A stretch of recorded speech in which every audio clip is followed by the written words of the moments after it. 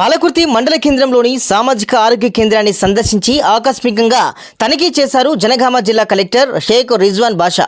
ఈ సందర్భంగా ఆరోగ్య కేంద్రానికి వచ్చిన రోగులను సందర్శించి వైద్య సేవలు సరైన సమయానికి అందిస్తున్నారా లేదా అని తెలుసుకున్నారు. రిజిస్టర్లు పరిశీలించి విధులకు హాజరు కాని డాక్టర్లను తక్షణమే సస్పెండ్ చేయాలని డిఎంహెచ్ఓకు ఆదేశాలు కూడా జారీ చేశారు.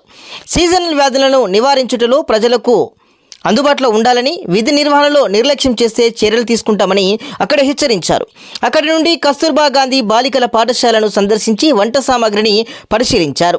అనంతరం బాలికలతో కలిసి భోజనం చేస్తూ భోజన వసతులను అలాగే హాస్టల్లో ఎలాంటి ఇబ్బందులు ఉన్నా తమ దృష్టికి తీసుకురావాలని విద్యార్థులకు తెలియజేశారు. బాలికలకు నాణ్యమైన భోజన సదుపాయాన్ని అందించాలని ప్రిన్సిపాల్ను కోరారు. ఈ కార్యక్రమంలో డిఆర్డీఓ వసంత, జిల్లా వైద్యాధికారి రవీందర్, తహసీల్దార్ శ్రీనివాస్, ఎంపీడీఓ రాములు, వైద్యాధికారి సిద్ధార్థ రెడ్డి తదితరులు పాల్గొన్నారు.